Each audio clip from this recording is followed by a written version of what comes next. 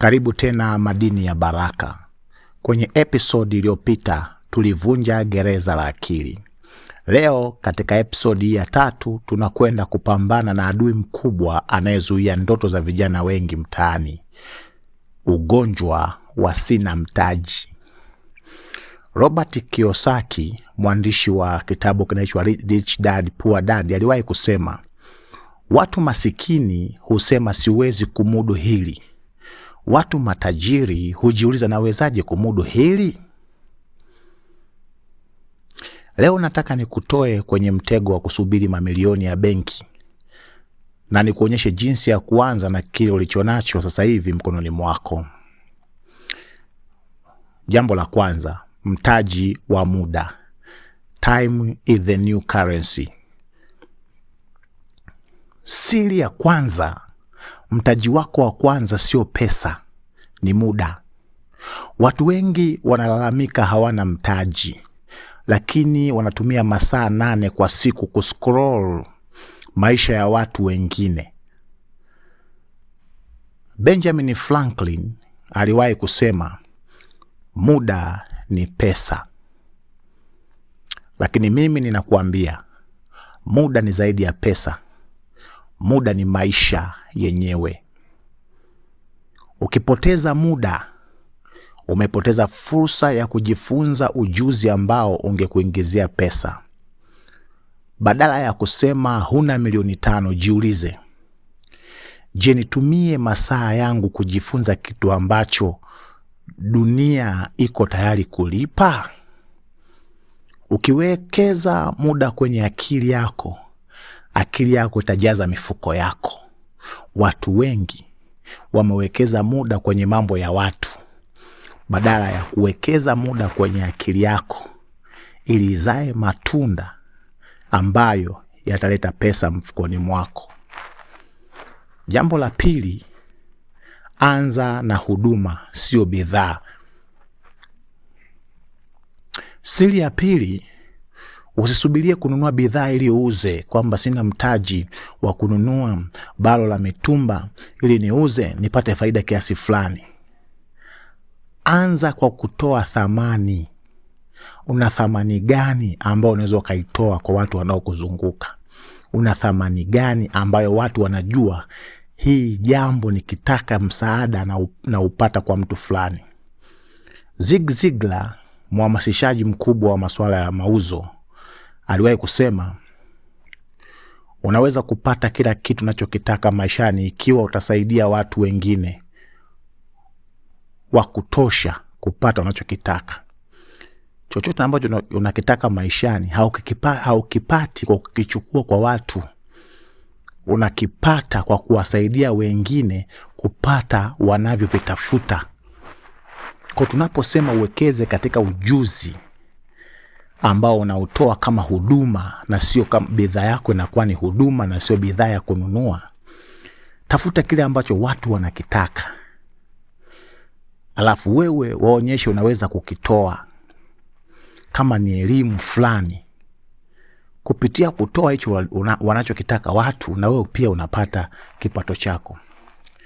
Ili uuze simu, unahitaji mtaji wa kununua na kuchukua oda za simu kutoka kwa wale madila wakubwa wanaosambaza simu. Lakini ili uwe mpatanishi au mshauri au mtoa huduma za kidijitali, unahitaji ujuzi tu. Tafuta tatizo la mtu, litatue, kisha chukua sehemu ya faida. Huu ndio mtaji wa kwanza wa kila tajiri mkubwa duniani. Kuanza kwa kutoa huduma kabla ya kumiliki bidhaa. Ifikirie hii, iweke vizuri, jitafakari, itakusaidia sana. Siri ya 3 tunaita ni nguvu ya uaminifu, au tunaita social capital. Watu wengi wanafikiri mtaji ni karatasi za pesa. Ukweli ni kwamba mtaji mkubwa ni uaminifu. Warren Buffett, aliyewahi kuwa bilionea mkubwa duniani, mmoja matajiri wakubwa kabisa dunia, anasema inachukua miaka 20 kujenga sifa au uaminifu, lakini itachukua dakika 5 tu kuiharibu au kuharibu uaminifu. Kama huna pesa lakini una uaminifu, watu watakupa mali zao uziuze. Watu watakupa ofisi zao uzisimamie. Watu watakupa miradi yao uiendeshe. Watu watakushirikisha mambo yao. Maana moja ya bidhaa hadimu kabisa ulimwenguni kwa sasa ni uaminifu. Tumpate wapi? Farao aliwahi kumwambia wa Misri, tumpate wapi mtu kama huyu ambaye alikuwa ni Yusufu? Sifa kuu, uaminifu na uadilifu. Uaminifu ni sarafu ambayo haina mfumuko wa bei. Kabla ya kulalamika huna mjomba wa kukupa mtaji, jiulize, je, uaminifu wangu sokoni unatosha kuwafanya watu wanikabidhi fursa zao? Uaminifu. Nimewahi kumsikiliza Msomali mmoja anasema wao walipofika South Africa hawakuwa hawana hata senti, lakini walikuta kuna mfumo wa kiaminifu kwenye maduka makubwa ya Wahindi. Unakopa, unachukua bidhaa kwa mali kauli, unauza, unarudisha fedha yao, unachukua faida yako. Mpaka wakajikuta wanamiliki maduka makubwa kabisa kwenye maeneo ya Soweto. Hapa alikuwa analalamika baada ya tukio laitwa xenophobia, ambapo watu wa nchi nyingine wa Afrika ambao wako South Africa walikuwa wananyang'anywa mali zao na watu wamevamia duka lao. Kwa hiyo uaminifu ni bidhaa ambayo natakiwa uipalilie kwenye maisha yako. Itakusaidia mengi sana kabla hujaanza kufikiri nani wa kunipa fedha. Mwisho ni neno la Mungu, uaminifu katika kidogo. Musa, Biblia inatupa ramani ya mwisho ya kutokea. Katika kitabu cha Luka 16 mstari wa 10, neno la Mungu linasema, aliye mwaminifu katika lilo dogo sana, huwa mwaminifu katika lilo kubwa pia.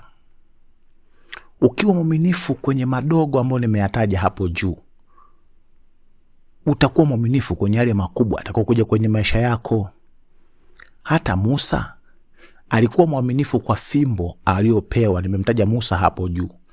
Fimbo ndogo, kwa uaminifu kwa kauli ya Mungu, kwa kidogo alichokuwa nacho, kikamsababisha akawa kiongozi mkubwa katika taifa lile la Israeli katika maandiko matakatifu. Mungu hawezi kukubariki na gorofa kama unashindwa kusimamia chumba kimoja ambacho unacho sasa. Chochote ambacho Mungu amekupa sasa ni shamba darasa la kujiandaa, la kipimo cha kumiliki makubwa zaidi. Hawezi kukupa milioni 10 kama unashindwa kusimamia 5,000 ulionayo leo kwa nidhamu. Mtaji wako sio kiasi cha pesa, bali ni nidhamu ambayo utaiweka kwenye hicho kidogo ulicho nacho sasa. Rafiki yangu wa madini ya baraka, acha kusubiri muujiza wa mtaji uje kutoka mbinguni, mengine ya kukute njiani. Muujiza uko mkononi mwako, kwenye muda wako, kwenye uaminifu wako. Jim Rohn aliwahi kusema, nidhamu ni daraja kati ya malengo na mafanikio. Anza kujenga daraja hilo leo na hicho sufuri ulicho nacho. Kama umeamua kuvunja mtego wa kusubiri mtaji na unaanza leo na nidhamu mpya, andika neno naanza na 0 kwenye comment hapo chini, lakini usisahau kusubscribe na kushare madini haya kwa watu wengine. Mungu akubariki, tukutane episode ya 4.